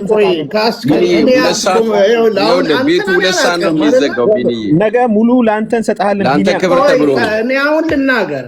አሁን እኔን ንግግር ለምን ትፈሩታላችሁ? ችግር የለውም። ለአንተ ክብር ተብሎ ነው ሰዓት የተጨመረው። ለአንተ ክብር ብለን እኮ ነገ ሙሉ ቀን እንስጥህ። በዚህ በቃ ምንም ችግር የለም። ኧረ እኔ አንደኛ እኔ አሁን ይኸውላችሁ የመጣሁትም ይኸውላችሁ ፌዝን አክብሬ ነው የመጣሁት። ራስቼ እባክህን ሚውት አድርግልኝ። ቢኒዬ እነሱ እኮ ኃላፊነታቸውን እየተወጡ ስለሆነ ልለምን ቢኒያም እነሱ የሚኖሩት ውጭ ሀገር ነው። ውጭ ሀገር ስለሆነ ለሊት 9 ሰዓትና 10 ሰዓት ነው። ጠዋት 12 ሰዓትና 1 ሰዓት ላይ ስራ ይገባሉ። ቢያንስ 3 ሰዓት እንኳን ይረፉ። ይህን ስለሆነ እኔ አሁን ስናገር ነው እንደዚህ የምትለኝ። ኤፍሬም ሲናገር ለምን አይደለም? 5 ደቂቃ ልስጥ ነው ያለ ኤፍሬም 10 ደቂቃ እኔ ጨርሳለሁ። ሳትናገር አያልቅም እኮ እኔ አሁን ራሱ እኮ ጨርስ ይችል ነበር። ነገ ሙሉ ማስረጃዎችን የፈለከው ማስረጃዎች አንደኛ እኔ ምን ችግር አለ? አሁን ሰምቷል። ችግር የለም። አንዴ ቢኒ ከመናገር በፊት ሰዎች ብዙ ሰው ስላለ የባለፈውን ማስታወቂያ ተናገር ስላሉ በወር 20 ብር ያለው አንዳንድ ዶላር እና አንዳንድ ብሯን እሷን አሁን ማስታወቂያ ብትናገር ጥሩ። እሺ ቆይ አይደለም ቢኒዬና ደግሞ እኔን አስቀምጣችሁ እንዳይል ቆይ ሂድ። ችግር የለም። የኛ ልጆች ባሉበት ይናገር። ችግር የለም። የኛ ልጆች ባሉበት ቢኒዬ 5 ደቂቃ ሂድ። ቀጥል። አሁን ድሮ ያበደርኳችሁን ለዛውም አሁን ብትመልሱልኝ ስደት ላይ ስለሆንኩ አስቼ ድሮ ያበደርኳችሁን በመልካም ዘመን የዋልኩላችሁን ገንዘብ ብትመልሱልኝ ደስ ይለኛል። አሁን አንተ ወንድምነትን ተጠቅመህ ነው አይደል? ኤፍሬም ካሴቶቻችሁን የመረቁበትን ዘመን አስባችሁ 5000 10000 በዛ በውድ ዘመን ያወጣውላችሁን እና ያንን አስባችሁ መልሱልኝ። እሺ መልሱልኝ። አሁን እሺ ኤፊ ያነሳው ነገር አለ። በመጀመሪያ ደረጃ የስግደት ኮንሰፕት ነው። ስግደት ማለት ምን ማለት ነው? በግልጽ አማርኛ ሰው በአምላኩ ፊት አምልኩን በታላላቅ ሰው ፊት አክብሮትን ለመግለጽ ሊጎነበስ የራስን ማዘንበል አጽናኑ ይናገራል። ኢሳይያስን ያነሳል። በጉልበቱ ሊንበረከክ ደግሞ በግንባሩ መደፋትን። እነዚህ 3 ነገሮች በግንባር መደፋትም የአንገት ዝቅታ መሰል ነገሮችም ለሰውም ለመላእክትም አሁን በደንብ ስሙ። ለሰውም ለመላእክትም ለእግዚአብሔርም ሲሰጥ እናያለን። ለምሳሌ በመልአኩ ፊት በግንባሩ የተደፋን ልናሳያችሁ እንችላለን ማለት ነው። የአምልኮ ስግደት ለእግዚአብሔር ብቻ ነው እኛ የምናደርገው። ለዚህ ነው ቅድም ማቴዎስ ወንጌል ምዕራፍ 4 ወንድማችን ኤፊ ሲያነብ ለእግዚአብሔር አምላክ ስገድ እሱን ብቻ አምልክ ይላል። አምልኮ ሲባል ብቻ ይመጣል ማለት ነው። ስለዚህ ለቅዱሳን የምንሰጠው ክብር፣ ለመላእክት የምንሰጠው ክብር ይሄ የታመነ ነው። ምንም ከመጽሐፍ ቅዱስ ጋር ኮንትራዲክት አያደርግም። እኔ ወንድማችሁ እንግዲህ 24 ዓመት ፕሮቴስታንት ነበርኩኝ። እውነት የምነግራችሁ በዚህ በአዲሱ መደበኛ ትርጉም ያው አስቺያ ቃል አብረን ነበርን 93 ጀምረን ነው የምንተዋወቀው። በብሉይ ኪዳን ያሉትን ስግደት የሚላቸውን ይህም መጽሐፍ የጻፉት አውጥተውታል። ስግደት የሚለውን ቃል ለዚህ ነው የመጽሐፍ ቅዱስ አንቀበልም የምንለው ማለት ነው። አውጥተውታል። አብርሃም ማስረጃ ረዳኒ በቃ ረጋ በል በቃ ዳኒ የኔ አልዋሽም። በውስጥ እኮ ጽፌልሃለሁ አይደለ እኮ ጥቅሱን አዲሱ መደበኛ ትርጉም ያወጣውን ጥቅስ አንድ ጥቅስ እንዳለ ሰጥሃለሁ። ምን አሁን እሱንም ቀጥዬ እመጣበታለሁ። ከፈለክ 500 ሰው 180 ጥቅስ አመጣልሃለሁ። ረጋ በል አንድ ጥቅስ አንድ ይበቃል። ቆይ ረጋ በል። አሁን እንትን አታርገኝ። ስለ ስግደት ልጨርስና አሳይሃለሁ። ስለዚህ ጥቅስ የለም ማለት ነው። እሺ አለኝ። ረጋ በል አሳይሃለሁ። ስግደት የሚለውን ካላወጡት እኮ አሁን አሳየን። ረጋ በል። ቆይ ረጋ በል አሳይሃለሁ። ስለዚህ የአምልኮ ስግደት ሲሆን ለእግዚአብሔር ብቻ ቅድም ማቴዎስ ወንጌል ምዕራፍ 4 ቁጥር 10 ላይ ያለው ለእግዚአብሔር አምላክ ስገድ እሱም ብቻ አምልክ። ስለዚህ ስግደት ለእግዚአብሔር ብቻ የሚል ጥቅስ የትም ብትንፏቀቅ የትም ብትጋጋጥ ስግደት ለእግዚአብሔር ብቻ የሚል ጥቅስ ከየትም አታመጣውም ከኪስ ካልሆነ ማለት ነው። ነገር ግን የአምልኮ ስግደት ለእግዚአብሔር እንደሆነና በእውነትና በመንፈስ እግዚአብሔር አምላካችን እንደምናመልክ ከኛ በላይ ላሳር ይሄን ሆነን ለመናገር ማለት ነው። ስለዚህ መጽሐፍ ቅዱሱን ብቻ ሳይሆን መዝገበ ቃላቱን ብታነቡ ደስ ይለኛል። እሺ፣ ሁለተኛ ኤፊ አንድ ጥያቄ አንስቷል። እናንታውን በፊዚካሊ ለማታገኟቸው ሰዎች ትሰግዳላችሁ፣ የአክብሮት ስግደትን ትሰጣላችሁ፣ በቅዱሳን ስዕላት ፊት ትጸልያላችሁ የሚል ጥያቄ ጠይቋል። ጥሩ ጥያቄ ነው። ጥያቄውን ጥሩ ጥያቄ፣ ቆንጆ ጥያቄ ነው። ያው ይሄ የታመነ ነው። በመሰረቱ እኛ የሙታን አምላክ የለንም። ሕያው የሆነ ቅዱሳንም ናቸው አባቶቻችን። አምላካችንም ሕያው ነው። እኔ የሕያዋን አምላክ ነኝ እንጂ የሙታን አምላክ አይደለውም ይላል እግዚአብሔር ቃል። ስለዚህ እኛ ጋር እኮ ያሉ ቅዱሳን እኮ ሕያዋን ናቸው። ሕያዋንነታቸውን ደግሞ ለማየት ራሱ ጌታ በቃሉ እኔ የሕያዋን አምላክ ነኝ እንጂ የሙታን አምላክ አይደለውም ስሏል። ስለዚህ ቅዱሳኑ ሕያዋን ናቸው። ስለዚህ ይህ የታመነ ትምህርት በቅዱሳን ስዕላት ፊት ቆሞ መጸለይ እውነት ለመናገር አይኮኖግራፊ የኢትዮጵያውን በአማርኛ እነጋሽ ብሉት እነጋሽ እንዳለ እነ ማሙሻ ፈንታ ያስተማሯችሁ ሰዎች ካላችሁ የሚያጨቃጭቅ ነገር አይደለም። ለምን በቅዱሳን ስዕላት ፊት ቆሞ መጸለይ የታመነ ነው፣ ግን አናመልክም። ስለዚህ የምናመልከው እግዚአብሔርን ነው። የሕያዋን ጉባኤ ነን እኛ፣ በመከራ በፈተና ውስጥ ያለንን፣ እነሱ ደግሞ ጨርሰው ያሉ ናቸው።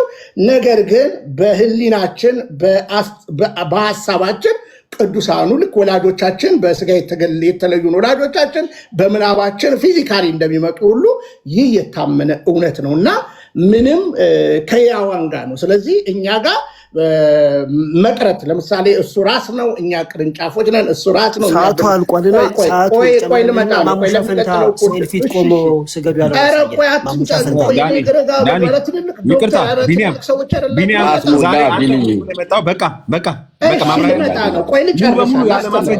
ነገ ማስረጃን ይዘናና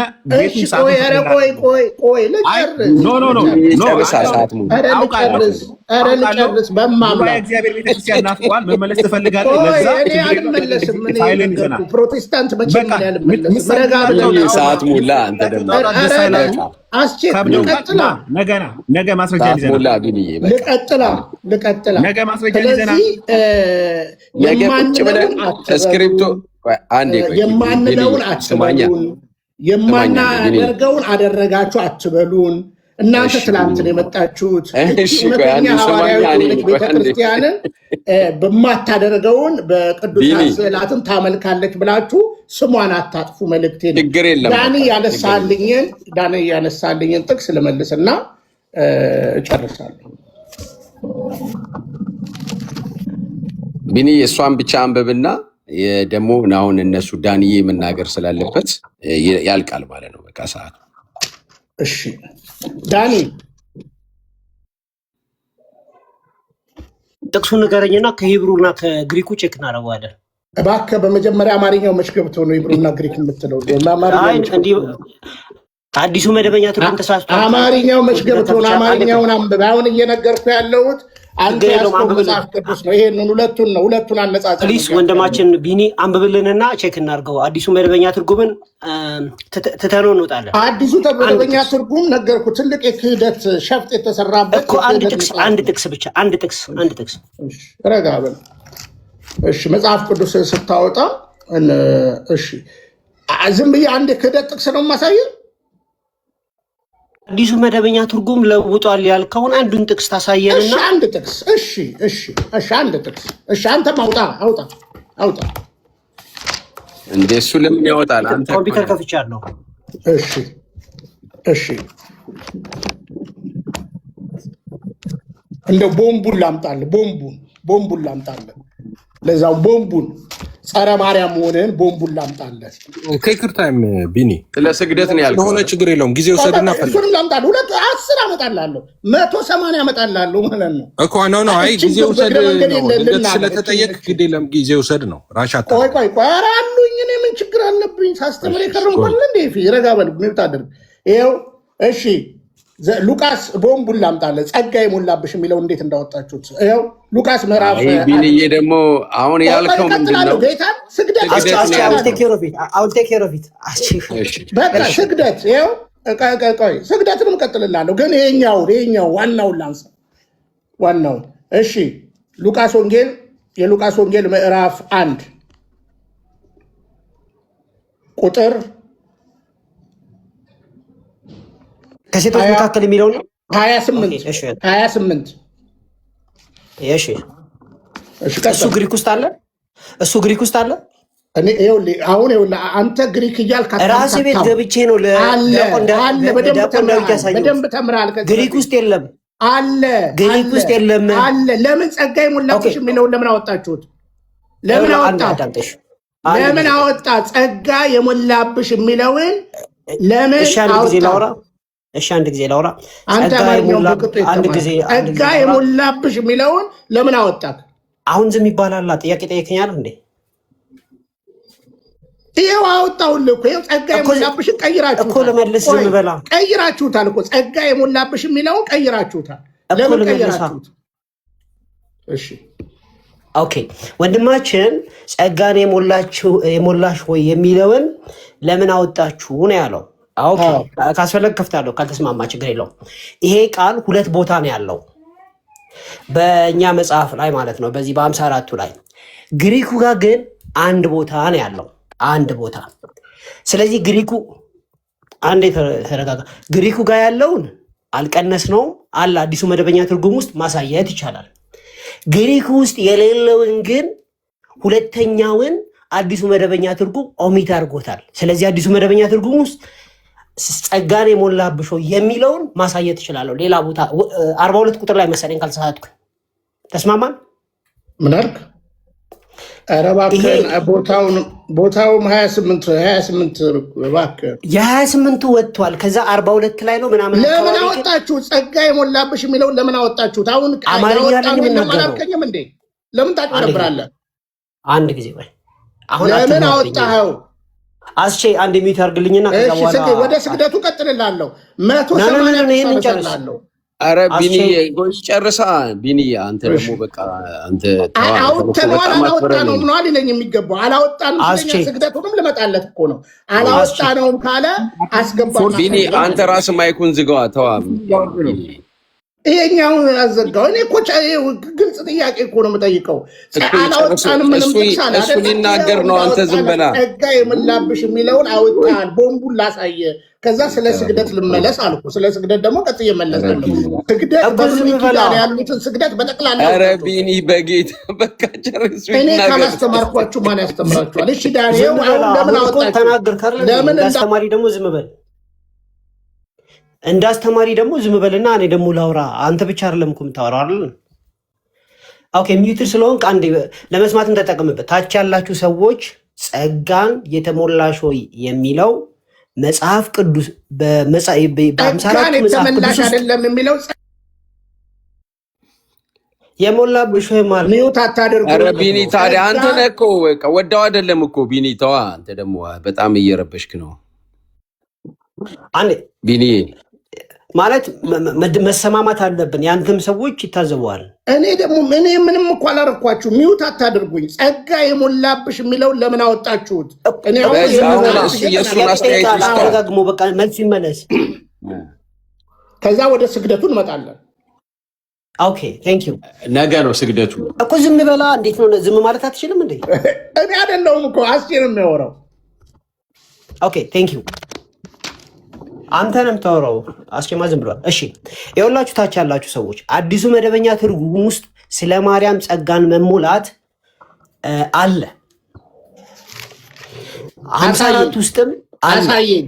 አውጣና ክፈትና ጸጋ የሞላብሽ የሚለውን አዲሱ መደበኛ ትርጉም ላይ አሳየኝ። እሺ በቃ አሳያለሁ። ጸጋ የሞላብሽ የሚለውን አዲሱ መደበኛ ትርጉም ላይ አሳየን፣ ግለጥና። ይኸው እኔ ጋ የለም። ወረድ እስቲ እያነበብኩ ውረድ። እስቲ ቆይ እያነበብኩ ውረድና ታገኘዋለህ። ኧረ አንተ ራሱ ውረድ። የለም በቃ ልክፈታ መጽሐፍ ማለት እኔ በፒዲኤፍ ላይ ነው ያለው። ክፈታ። እኔ ከፍቻ አይደለ እንዴ ሁለቱንም የማነግርህ በሶፍት ኮፒ እያነጻጸር። እሺ ችግር የለውም። ሪላክስ አድርገ ክፈት አለ እያልከን ነው። ጸጋ የሞላብሽ የሚለውን እንግዲህ በሰንበት ክህደትን ንስሐ መግባት ስላለብህ አውጣ። አለ ብለሃል። አዲሱ መደበኛ ትርጉም አምጣው። እኔ እኮ ይሄንን ጥቅስ ለዲያቆን ዳዊት ራስ ቤት ነው ያሳየው። ወሬ አልፈልግም። አሁን ከኔ ጋር ነው የምትነጋገረው። አለ ብለኛል። አዲሱ መደበኛ ትርጉም ላይ አውጣና አሳየኝ። ከኔ ጋር ነው ያለው። ችግር የለውም።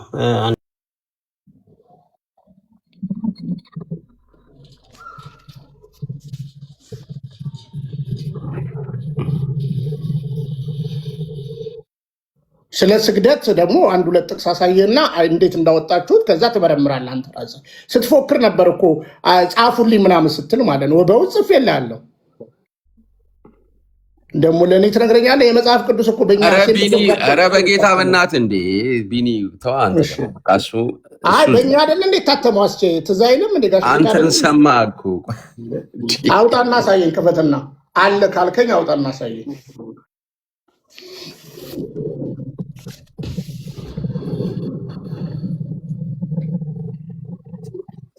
በነገራችን ላይ ማታ 3 ሰዓት ተኩል ላይ በአይኮኖግራፊ ዙሪያ የቅዱሳን ተአማኝነት ትምህርት አለ ማለት ነው። እኛ ጋር ባይብሉን አውጣው። አሁን ግሪክ ምናምን ባይብሉን አውጣው። ባይብሉ ላይ ያለ ነው ያልከኝ፣ አውጣው ባይብሉን።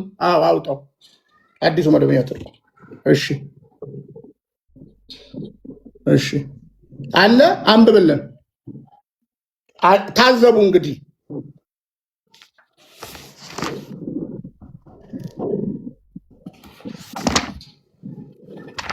የት አለ? እሺ የት አለ? ሚውት ነህ።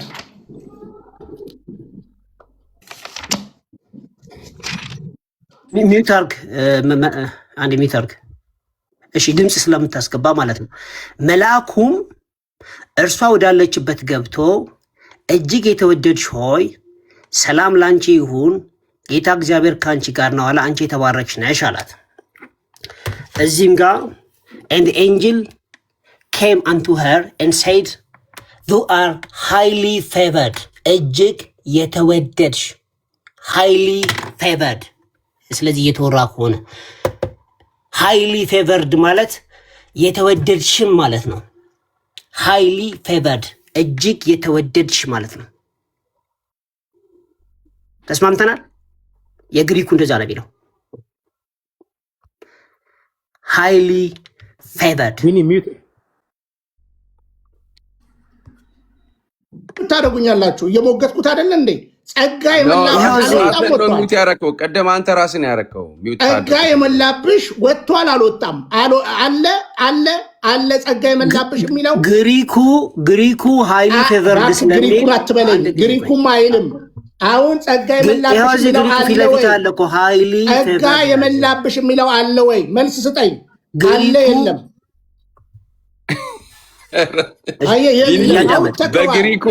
በግሪኩ አለ ገባ።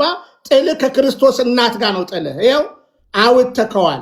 ግሪኩም አይልም። ነገራችን ላይ አንድ ቀይ ግሪኩ ሃይሊ ፌቨርድ ይላል። አዲሱ መደበኛ ትርጉም ሃይሊ ፌቨርድ ማለት እጅግ የተመረጥሽ እጅግ የተወደድሽ ነው። እጅግ ነው ያላት። እንደውም የተወደድሽ ወይ ሃይሊ ፌቨርድ ግሪኩ እንደዛ ነው የሚለው።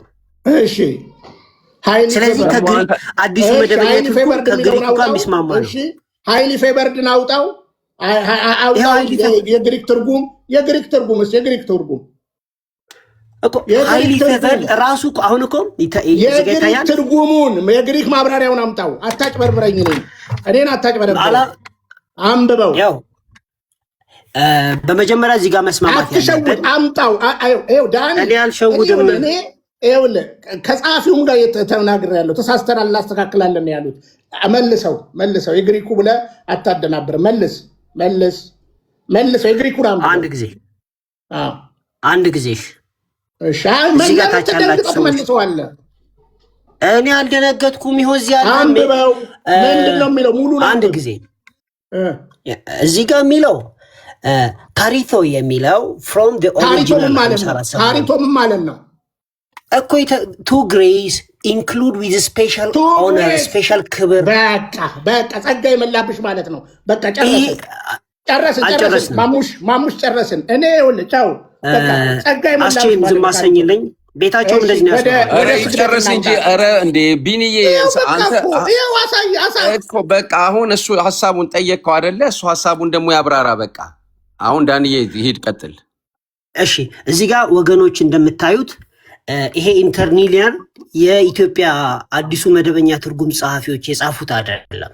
ራሱ ሁላችንም የምንጠቀምበት ቃል በቃል የተተረጎመ ነው።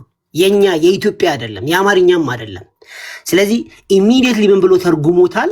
ሃይሊ ፌቨርድ ብሎታል። እጅግ የተወደድሽ በሚል በተሻለ አማርኛ ጽፏል። ስለ ጸጋ ግን ሌላ ቦታ ላይ የተጻፈ አለ። ስለዚህ ቃሉ ግን ተመሳይነትም አለው። ለምሳሌ አንድ ጊዜ ያትግባው ኬጂቪ ምን ብሎታል? ሜክ አክሰፕትድ ተቀባይነትን ማግኘት ከሚለው ጋር አብሮ አስቀምጦታል። ሃይሊ ፌቨርድም ብሎታል ኬጂቪው ማለት ነው። ስለዚህ አዲሱን አንዴ ሃይሊ በቃ ተበልታል። ለሲፕሮስ በቃ ሰሚ አሁን ምንም ችግር የለውም። እሺ ወደ ስግደቱ ቢኒዬ ኖ እኔ መተኛት አለብኝ። አንድ ወደ ስግደቱ ኖ አይሆንም። በቃ ቢኒዬ እንዴ እኔ ሌሊት ነው ለስግደት ምንድነው ጸጋ የሚለውን አያውቀውም እኮ ጸጋ የሚለው ሃይሊ ፌቨርድ የሚለው ጸጋ ነው። ሃይሊ ፌቨርድ ሌሎች በቃ ሌሎች ይስሙ። ሌሎች ታች ቆይ አንዴ እታች ያሉ አሁን ዳኒ አብራራውን ሰምተዋል። ውይይት ከሆነ የምንወያየው እታች ላሉ ሰዎችም ጭምር ስለሆነ እታች ያሉ ሰዎች የቢኒንም ሰምተዋል፣ ዳኒ ያስቀመጠውንም ሰምተዋል። ዳኒዬ ማጠቃለያ አንሰጥ። ኦኬ አዲሱ መደበኛ ትርጉም ለማርያም በሚገባት ቋንቋ አስቀምጧል። ምን ብሎ ሃይሊ ፌቨርድ የሚለውን እጅግ የተወደድሽ ብሎ ተርጉሟል። ወረድ ብሎ ደግሞ 42 ቁጥር ላይ አንቺ ከሴቶች መካከል የተባረክሽ ነሽም ብሏታል። ከሴቶች መካከል የተባረክሽ ነሽ፣ የማፀንሽም ፍሬ የተባረከ ነው ይላል። ስለዚህ እዚህ ጋር የምናየው ምንድን ነው? መጽሐፉ እንደሚለው ቃል በቃል ነው የተተረጎመው። ስለዚህ ይህን ቃል በቃል የተተረጎመ ነገር መቀበል አለብን ነው ምለው። ቴንክ ዩ። ያው እንግዲህ ቢንዬ ነገና ሁሉም ባሉበት ከፈለክ ከኤፊ ጋር ከፈለክ ከዚህ ውስጥ ካሉት ጋር መርጠት ትወያያለህ። ከስር ዮኒ ማኛ ማለት እሱም ነገ ይምጣ፣ እስከፈለግ ነገ ይምጣ። ከስር እየጻፈ ነው ይምጣና ዮኒ ማኛ ራሱ ይምጣና ይማር፣ ቁጭ ብሎ ይማራል። ነገ እናስተምረዋለን ኤቢሲዲ ማለት ነው። የቢኒ እንግዲህ አሁን እሱ ቤት ይሄ በቃ ያው ቢኒ ያው እንደ ወንድሜ ነው። እኔ እንግዲህ ቆየ ጓደኛዬ ነው። ለዛም ነው እንግዲህ ተሞላቋል። ይሁን እንግዲህ በሉ እንግዲህ ደቂቃ ሶል 2 ደቂቃ ወስደን በቃ ማኑስክሪፕቶቹን ማቅረብ ይቻላል። ቴክስቹዋል ኮሜንተሪም ስላለን ማለት ነው። ስለዚህ አዲሱ መደበኛ ትርጉም አንድ ስህተት አለው የምትሉ ከሆነ በጥቅስ ከፍታችሁ ከግሪኩ ጋር አስተያየታችሁ ከግሪኩ በሚጻረር መልኩ ተርጉማችኋል የምትሉ ከሆነ እኔ ጋር ቪዲዮ አለ። ቪዲዮ ላይ ኮሜንት አለ።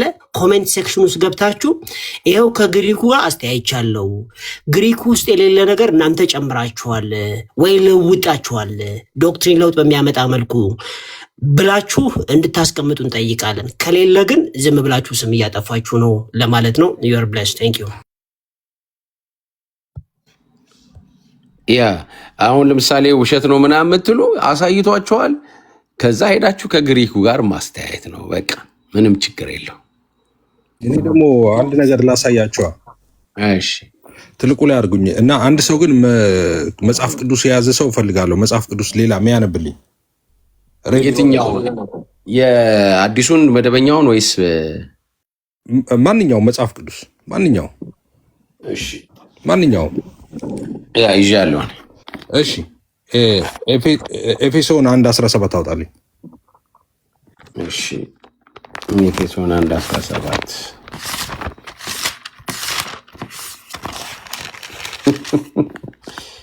እሺ ኤፌሶን 1:17 አውጥቻለሁ። እሺ ምንድን ነው የሚለው? የክብር አባት እሺ የጌታችን የኢየሱስ ክርስቶስ አምላክ እርሱን በማወቅ የጥበብና ቆይ ተሳስተህ እንዳይሆን በስነ ስርዓት ምናምን የሚል ነገር አመጣህ። ቆይ ድገመው። የክብር አባት እሺ የጌታችን የኢየሱስ ክርስቶስ አምላክ የኢየሱስ ክርስቶስ አምላክ ስለዚህ አልተሳሳትክም ማለት ነው። እኔ አልተሳሳትኩም ማለት። እሺ የ2000 እትም የኦርቶዶክስ መጽሐፍ ቅዱስን እንየው ደግሞ 80 አሐዱ መጽሐፍ ይሄ 2000 ነው። የኦርቶዶክስ መጽሐፍ ነው እንደምታውቁት። ውስጡንም ላሳያችሁ ሁላችሁም ጋር አለ ብዬ አስባለሁ። ይኸው የ2000 እትም ነው። እሱ ምን እንደሚል እንየው። ኤፌሶን 1 ጊዜ አሁን እዚህ ጋር አድርጌው አንተ አንብብላቸው። አንድ ጊዜ ያንተን የራስን አንብብ። ይህን ሳይሆን መጽሐፍ ቅዱስ የሚለውን። እሺ የክብር አባት እሺ የጌታችን የኢየሱስ ክርስቶስ አምላክ እሺ በቃ ያዘው። የኢየሱስ ክርስቶስ አምላክ የሚላለው እዚህ ጋር እንፈልገው። እሱን በእግዚአብሔር ፍቃድ የጌታችን የኢየሱስ ክርስቶስ ሐዋርያ ከሆነ ከጳውሎስ በኢየሱስ ክርስቶስ ላመኑ በኤፌሶን ላሉ ቅዱሳን ከአባታችን ከእግዚአብሔር ከጌታችን ከኢየሱስ ክርስቶስ ሰላምና ጸጋ ለእናንተ ይሁን። የኢየሱስ አምላክ የሚለው ወጥቷል። እሺ እንቀጥል። እሺ አንደኛ ጴጥሮስ 1:3 አምጣልኝ እስቲ። አንደኛ ጴጥሮስ 1:3 አንደኛ ጴጥሮስ ምዕራፍ 1 ቁጥር 3 እሺ ጸጋና ሰላም ይብዛላችሁ።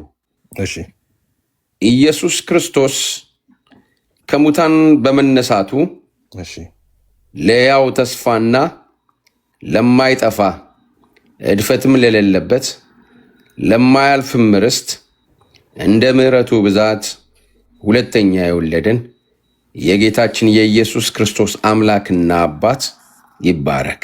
የኢየሱስ ክርስቶስ አምላክና አባት ይባረክ ነው የሚለው። ያ እዚህ ጋር የኦርቶዶክስ 2000 መጽሐፍ ቅዱስ ላይ 80 አሐዱ ላይ አምላክ የሚለውን ድጋሚ አውጥተውታል። እንደዚህ ይላል፣ የጌታችን የኢየሱስ ክርስቶስ አባት እግዚአብሔር ይመስገን ይላል። የኢየሱስ አምላክና አባት የሚለው ወጥቷል። ስለዚህ አምላክ የሚለው ወጥቶ አባት ብቻ ይላል። የኢየሱስ ክርስቶስ አባት እግዚአብሔር ይመስገን ይላል። እሺ ለምን አንመርቅላቸውም? ያው ተዘርዝሮ አያውቅም። ሁለተኛ ቆሮንቶስ 1:3 አውጣ እስቲ። ሁለተኛ ቆሮንቶስ 1:3 ሁለተኛ ቆሮንቶስ 1:3 እሺ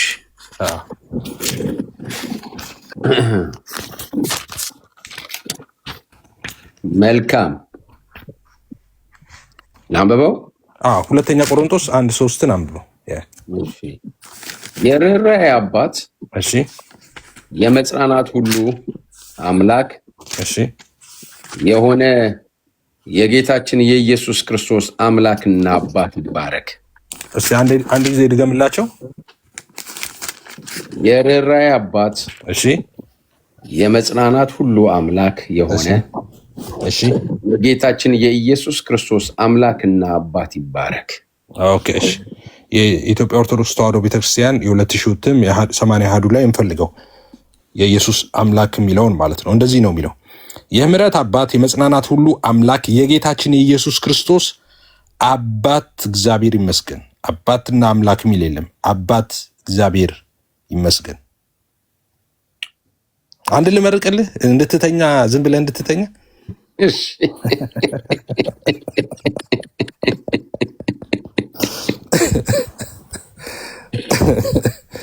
እሺ ኢየሱስ ያማልዳል ስንል የምንጠቅሰው ጥቅስ ብዙ ጊዜ የምንጠቅሰው ጥቅስ የትኛውን ጥቅስ ነው? ሮሜ 8:34 ሮሜ 8:34 እስቲ ሮሜ 8:34 አንብበው። ምንድን ነው የሚለው? እሺ የሚኮንን ማን ነው? እሺ የሞተው? እሺ ይልቁንም ከሙታን የተነሳው? እሺ በእግዚአብሔር ቀኝ ያለው? እሺ ደግሞ ስለኛ የሚማልደው? እሺ ክርስቶስ ኢየሱስ ነው። ኦኬ እዚህ ጋር እንፈልገው ስለኛ የሚማልደው ብለሃል አንተ። ይኸው እዚህ ጋር 2000 የኦርቶዶክስ መጽሐፍ ቅዱስ ላይ እንደዚህ ብለውታል። በእግዚአብሔር ቀኝ የተቀመጠው ደግሞም ስለኛ የሚፈርደው የሚማልደው ሳይሆን የሚፈርደው ኢየሱስ ክርስቶስ ነው ብለውታል። የሚያማልደው ነው አውጥተውታል። እና እዚህ ጋር ህዳጉ ላይ ምን ብለውታል? ግሪኩ የሚማልደው ይላል አሉ። ግሪኩ የሚማልደው ነው የሚለው እና እዚህ ጋር የሚፈርደው ከየት አምጥታችሁ አስገባችሁ? እዚህ ጋር የሚማልደው ካለ ከግሪክ ነው እንግዲህ አይደለም እንዴ? ግሪክ አይደለም እንዴ? አዲስ ኪዳን አይደለም እንዴ? በኩረ ቋንቋው ግሪክ ነው። ካዲያ በምን ስልጣን ነው የሚፈርደው ያሉት? እግዚአብሔር ይወቅ። በነገራችን ላይ ይህንን መጽሐፍ የኦርቶዶክስ ቤተክርስቲያን ሊቃውንትም እንደነ ዲያቆን ያረጋል አበጋዝን የሚያካክሉት በጣም አምርረው የሚቃወሙት መጽሐፍ ይሄ የ2000 መጽሐፍ ቅዱስን አምርረው ነው የሚቃወሙት ማለት ነው። እና እንደውም ዲያቆን ያረጋል ውስጡ ለቄስ ብለው ትክክል ያ ውስጡ ለቄስ የሆነ ነው እና ሌላኛውን ቢያትሙልን ነው የሚሻለው ብለውታል። ብዙ ሊቃውንት ተቃውመውታል ይህንን መጽሐፍ ማለት ነው። በጣም ብዙ ይቅርታ፣ እዚሁ ላይ ሐዋርያት ሥራ 2:38 የምከፍተው እሱ መጽሐፍ ላይ ሐዋርያት ሥራ 2:38 ሐዋርያት ሥራ 2:38 እሺ፣ ቁርአን መሰል አጻጻፍ ጽፈውበታል ደግሞ 2:38 ላይ ራሱ ሐዋርያት ሥራ 2:38 እሺ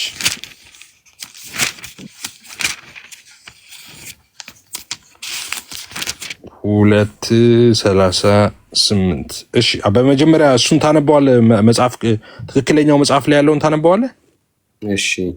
ጴጥሮስም ንስሐ ግቡ፣ እሺ፣ ኃጢአታችሁ ይሰረይ ዘንድ እያንዳንዳችሁ በኢየሱስ ክርስቶስ ስም ተጠመቁ፣ የመንፈስ ቅዱስንም ስጦታ ትቀበላላችሁ።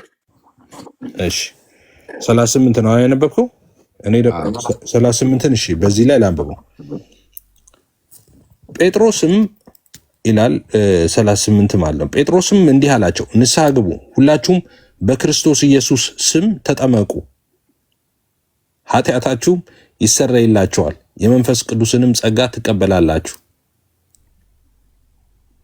እዚህ ጋር አሁን የኃጢአት ስርየትን በንስሐ መጣው፣ እዛ ላይ ግን በጥምቀት ነበር የሚለው። አያሌ ፖዚሽን ራሱ ለውጥ አለ እዚህ ጋር የአጻጻፍ ለውጥ አምጥቷል ማለት ነው። እናያለን፣ ሌላ ጊዜ በሰፊው እናየዋለን። እዚህ ጋር በጣም ከዚህ ትንሽ ከዚህ ከፍ ያለ የሚያስደነግጡ እንትኖችም አሉ።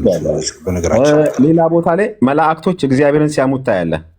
አንድ እዚሁ ላይ ማለት መላእክቶች ብዙ ነገር አለ እዚህ ላይ በጣም ብዙ ነገር አለ። ሌላ ጊዜ እናየዋለን።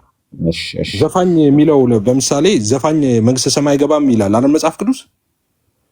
ዘፋኝነት ምናምን ከስጋ ስራ ውስጥ የተገለጡ ናቸው። ጠቅላላ ወጥተዋል ከዚህ መጽሐፍ ቅዱስ ላይ። በነገራችን ላይ ጠቅላላ እየቀለድኩ አይደለም። እሺ ጠቅላላ ዘፋኝ ኃጢአት የሚል እዚህ መጽሐፍ ቅዱስ ውስጥ ፈልጋ አታገኝም። ወጥተዋል።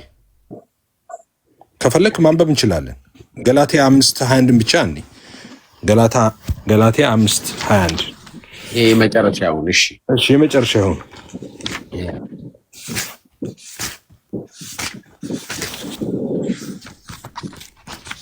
የመጨረሻ ይሆናል። ገላትያ 5:21 እንደውም እንትን ሁሉ አድርጌበታለሁ። እሺ እንደዚህ ይላል ገላትያ 5:21 እናንተ ብታነቡልኝ መጀመሪያ ጥሩ ነው። 20 ጀምሮ ማለት ነው። ገላትያ 5:20 ገላትያ 5:20 መልካም። እሺ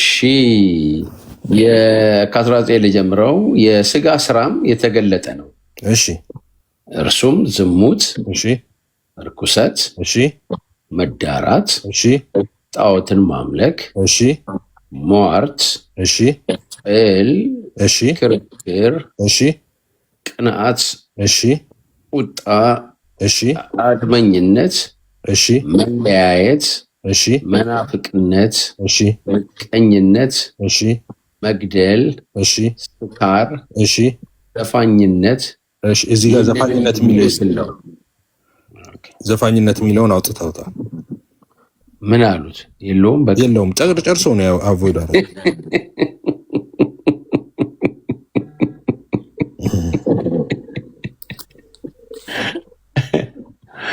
ቪኒ እየሰማ ነው። ይህን ነገ ትመልሳለህ። እና ሌላ ጊዜ በደንብ እናየዋለን ይሄንን ማለት ነው። ለዛሬ ይበቃናል። አይ ቲንክ ያ ይበቃል ዛሬ። እሺ ሳሚዬዋ ተገና ደግሞ በቃ ተባረኩ። ዳንኤል ያለ አሉ አሁን በቃ መልእክት እኮ አስተላለፍን። ቴንክ ዩ አር ብሌስድ። ሌሊት በጣም ሆኖብሃል። ተኛ አስች። እሺ ሶልዬ ሳይናገሩ እንትን እንዳይሉ ብዬ ነው። ዘመንህ መላእክትን አይተህ ታውቃለህ ወይ ነው? በዘመንህ መላእክትን አይተህ ታውቃለህ ወይ ነው? ቢኒ መላእክትን መተውልህ አይታቸው ታውቃለህ ወይ? ወይስ ደግሞ እንደ ሳኦል